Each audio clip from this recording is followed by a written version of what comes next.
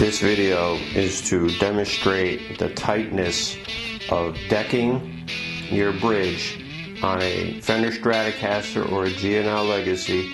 This is a G&L Legacy HB that I'm using here, and with this G&L Legacy we have the longer M3 by 12 screws in here to raise up our saddles, and it's decked out here.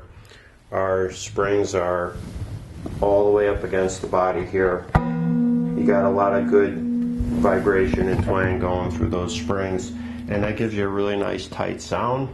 The vibrations coming through the body and the sound of the strings and the ringing coming through the springs on the back.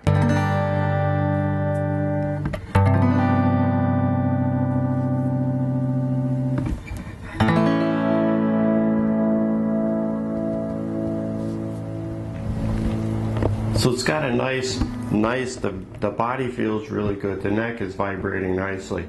It's just a really nice sound. And when you hammer this thing,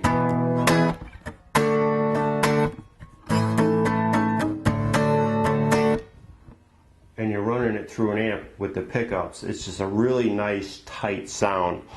And a lot of people are like, well, you know, Stratocasters don't sound like Les Pauls. It's just not deep and dark enough.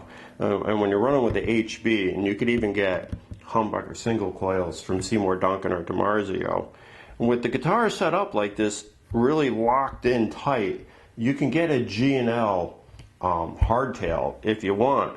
But if you want to be able to switch back and forth between hardtail and the floating trem, so you could do Jimi Hendrix stuff and some crazy heavy metal stuff, this is the way to go. You could get this guitar set up like this, and you could even do it with the Fender. The Fender, generally, a lot of people deck their Fenders when they're setting them up. They don't block them.